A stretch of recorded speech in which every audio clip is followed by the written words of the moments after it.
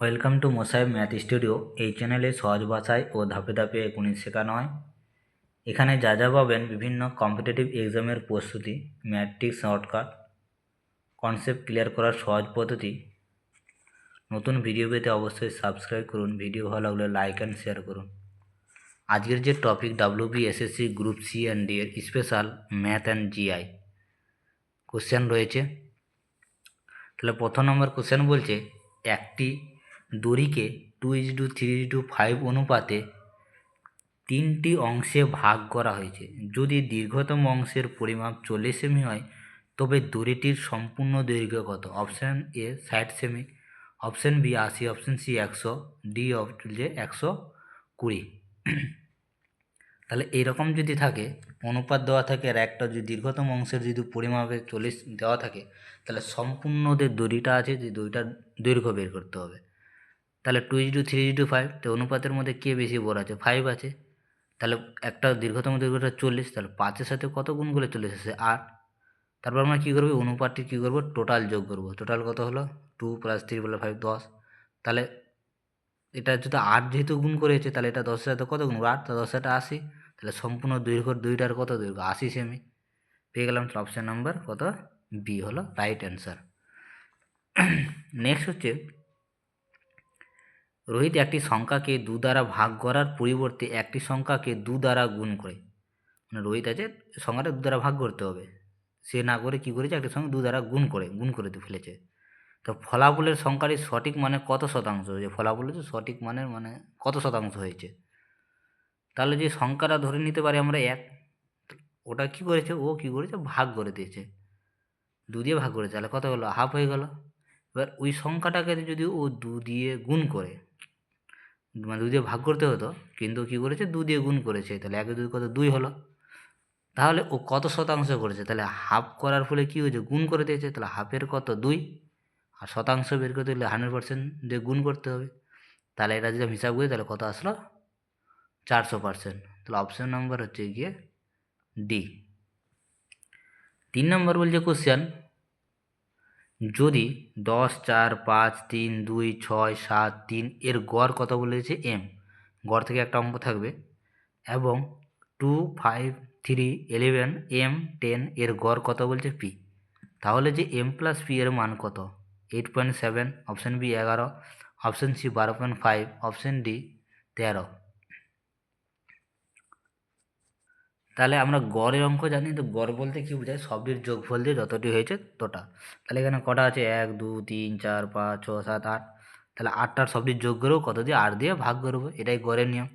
তাহলে সবটির যোগ গেলাম, কত বললাম? 40/8। তা 8 5 40, 5। তাহলে এটার সম্পূর্ণ গড়ের মান কত বলেছে? এম। তাহলে এম এর মান কত হয়ে গেলো? এম এর মান 5 হয়ে গেলো। তারপরে নেক্সট বলছে, সংখ্যা আছে 2, 5, 3, তো কটা আছে? 1, 2, 3, 4, 5, 6। তাহলে 6টা আছে, সবটির যোগ করে দিলাম। আর এই যে এম ছিল, এম এর জায়গায় আমরা কত মান বসাই দিলাম? 5 বসিয়ে দিলাম। তাহলে টোটাল কত হলো? 36। তাহলে 6 দিয়ে ভাগ করলাম, করলে 6 আসলো। তো এটারই তো গড় বলেছে পি, তাহলে পি এর মানটা পেয়ে গেলাম। তাহলে এম এর মানটা 5, পি এর মানটা 6। তাহলে এম প্লাস পি কত হবে? 5 + 6 11। তাহলে অপশান নম্বর বি হয়ে গেল অ্যান্সার। 3 নম্বর বলছে, 5-এর 3টি ক্রমাগত গুণকের যোগফল হলো 285। তাহলে বৃহত্তম সংখ্যাটি নির্ধারণ করুন। তাহলে 5-এর 3টি ক্রমাগত, তাহলে এরকম যে টাইপের থাকে, তাহলে আমরা কি করব? যে যোগফল আছে 285, তাহলে কটা আছে? 3টি। তাহলে 3 দিয়ে আমরা কি ভাগ করব? তা ভাগ করে কত পেলাম? 95। তো 95 পেলাম। তো 5-এর 3টি ক্রমাগত, তাহলে কত হবে? নিশ্চয়ই এটা পুরোটা কত হবে? 5। তাহলে যোগ করব, মানে 1, 2, 3টা আছে, এই 3টা সংখ্যা। তো তাহলে এই 3 দিয়ে ভাগ করার পর মধ্যেটা কত পেলাম? 95। আর যদি বেসিক যদি নিয়ম করতে চাও, একটা আছে যে 3টি সংখ্যা, তো 5-এর 3টি ক্রমাগত গুণফল, একটা যদি x ধরলে 5x, তাহলে নিশ্চয়টা কত? 5x + 1। দ্বিতীয়টা কি আছে? 5x + 2। মানে প্রথম সংখ্যাটা যদি x হয়, তারপরে কী হবে? x + 1, তারপর সংখ্যাটা কী হবে? x + 2। তাহলে সবটির গুণফল কত? প্রথমটা 5 দিয়ে গুণ করতে হলে 5 দিয়ে করে দিলাম। তাহলে এটি সবটির আবার কি বলছে? যোগফল। এটি কী করে দিলাম আমি? যোগফল। এই যোগফল টোটাল কত বলছে? 285। তাহলে এটি যোগ যদি করি, কত হলো? 5x, এখানে 5x, এটা 5x থাকবে।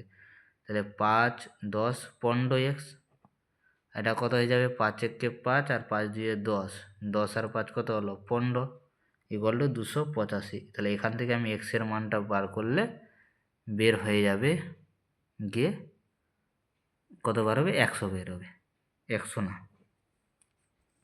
তাহলে এখানে যদি আমি বার করি তাহলে 15x, তাহলে 285 থেকে 15 বিয়োগ করলে তাহলে কত হয়ে যাবে 270। তাহলে এক্সের মানটা কত পাবো, 270 বাই কত হবে 15। তাহলে এটা কত হবে 15 একে 15 আর এদিকে 12 115 8 120, তাহলে 18 বের হবে। তাহলে এক্সের মান কত হলো 18। তাহলে সব থেকে বড় কোনটা, এটা 5x + 2। তাহলে 5x এর মান কত হলো 18 + 2, তাহলে কত হলো 5, 18 আর 2 কত হলো 20, আর 5 দিয়ে 10 কত হলো 100।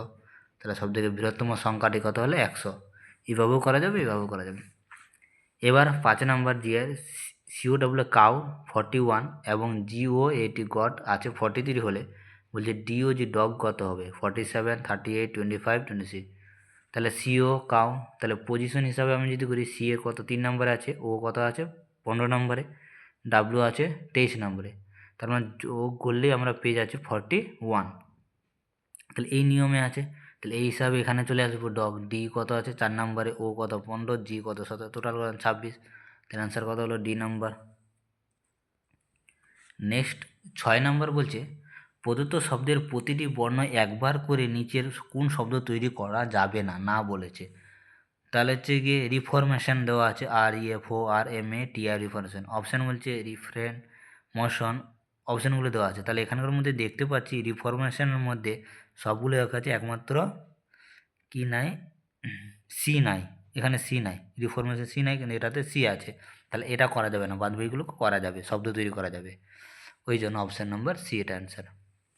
7 নম্বর বলছে একটি 1920 টাকায় বিক্রি করে অর্জিত লাভ 1440 টাকায় বিক্রি করলে যে ক্ষতি হয় তার সমান হয়।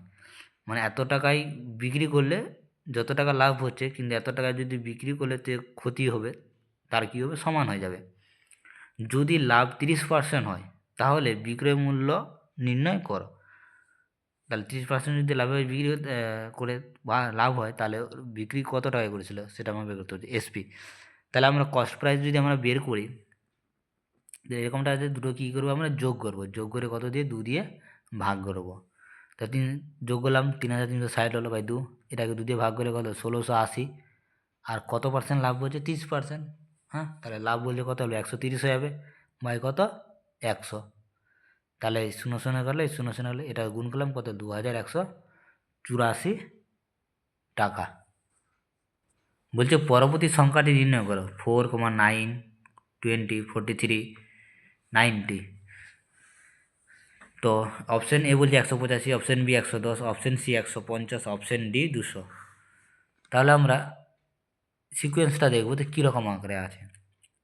তো 4,9, তাই এর মধ্যে ডিফারেন্স হচ্ছে গিয়ে কত 5, 9 থেকে 20 ডিফারেন্স কত 11, 20 থেকে 43 ডিফারেন্স কত 23, 43 থেকে 90 ডিফারেন্স কত 47, এত দূর।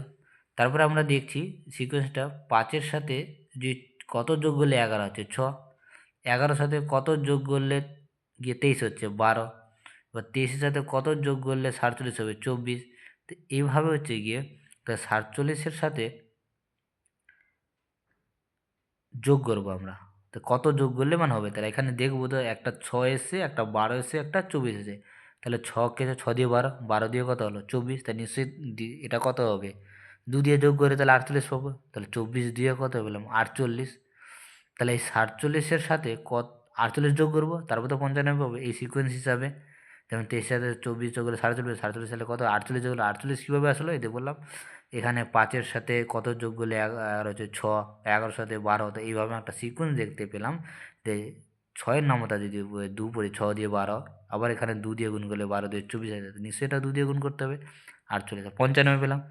তা নিশ্চয়ই তাহলে এই যে 43 47 যোগ করে 90 হয়েছিল, তো 90-এর সাথে কত 95 যোগ করতে হবে, তাহলে আমরা কত পাবো 185। অপশান নম্বর কত হয়ে গেল এ নম্বর।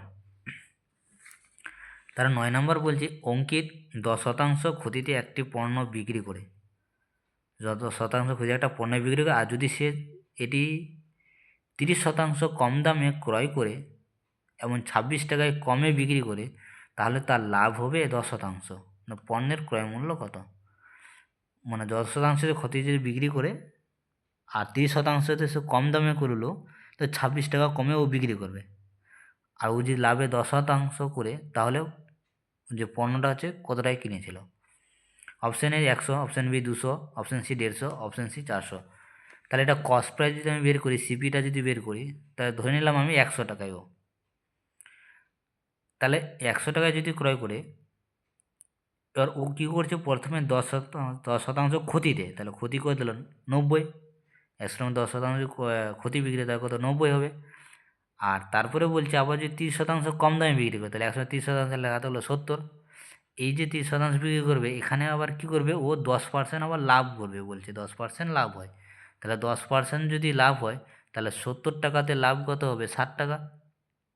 তাহলে মোট ও বিক্রয় মূল্য কত বিক্রি করছে, তাহলে 77 টাকায় জিনিসটা বিক্রি করছে। তাহলে 90 টাকাদের মধ্যে কত 77, তাহলে ডিফারেন্স কত 13। তাহলে 13 টাকায় কত ও কম দামে বিক্রি করছে 26 টাকা বলে দিয়েছে, 13 মানে কত 26। তাহলে ও কত টাকায় জিনিসটা কিনেছে, 100 টাকা ছিল, তাহলে কত টাকা ও মানে ক্রয় করেছিল জিনিসটা, তাহলে ক্রয় মূল্য তাহলে 100 থেকে কত হয়ে যাবে 200, মানে 13 কত ডবল 26 না, তাহলে 100 কত ডবল 200। তাহলে অপশান কত হলো বি নাম্বার। 10 নাম্বার লাস্ট অঙ্ক। 400 মিটার দৈর্ঘ্যের একটা ট্রেন 300 মিটার দৈর্ঘ্যের একটি ট্রেনকে একটি সমান্তরালভাবে ট্র্যাক বরাবর বিপরীত দিক থেকে 60 কিমি প্রতি ঘন্টা গতিবেগে অতিক্রম করতে 15 সেকেন্ড সময় নেয়। কিমি প্রতি ঘন্টায় দীর্ঘ ট্রেনের গতিবেগ কত? Option A 108, option B 102, option C 98, option D 96। তাহলে একটা ট্রেন যাচ্ছে কত 400 মিটার দৈর্ঘ্যের একটা ট্রেন, আর ওদিক থেকে 300 মিটার দৈর্ঘ্যের একটা ট্রেন আসছে, কত গতিবেগে বলছে 60 কিলোমিটার পার গতিবেগে ঘন্টায়। তাহলে গতিবেগ কত বলছে, ট্রেনের গতিবেগ কত, তাহলে আমরা গতিবেগের সূত্র জানি দূরত্ব বাই সময় মানে ডিস্টেন্স বাই টাইম। তাই ডিস্টেন্স দূরত্ব কত, প্রথম ট্রেনটা 400 আর দ্বিতীয় ট্রেনটার কত 300, টোটাল যোগ করে করলাম 700 পেলাম, 700 লিখলাম। আর সময় কত সময় লাগছে বলছে 15 সেকেন্ড সময় নেয়, তাহলে কি 15 নিলাম। আর ঘন্টায় প্রতি ঘন্টা আমাকে যেতে হবে, তাহলে কিলো ঘন্টাতে যেতে গেলে কি 18/5 দিয়ে আমরা কী করবো গুণ করব, শর্টকাট 18/5 দিয়ে। এখানে কী করলাম আমি কাটাকুটি করলাম, কী দিয়ে কথা বললাম 3 দিয়ে, 3 5 15, 3 6 18। তারপরে আমরা কাটলাম 5 দিয়ে, 5 1 5, 5 8 40, 0 5 28 140, তাহলে 28 6 কত 168। তাহলে গতিবেগ কিন্তু 168, কিন্তু বলছে এখানে 60 কিমি প্রতি বিপরীত দিক থেকে যাচ্ছে, তাহলে প্রতি ঘন্টায় দীর্ঘ ট্রেন হবে, দীর্ঘ মূল্য কত 400, যে বড় ট্রেনটা ওই ট্রেনটার গতিবেগ বের করতে বলেছে। তাহলে এটা তো 60 কিমি পার ঘন্টা 30 মিনিটে চলে আসে, তাই এটা কি নিশ্চয়ই তাহলে মাইনাস যাবে, 60টা কী করবো মাইনাস করব, তাহলে পড়ে থাকলে কত 108, অপশান নম্বর এ। ওকে ঠিক আছে।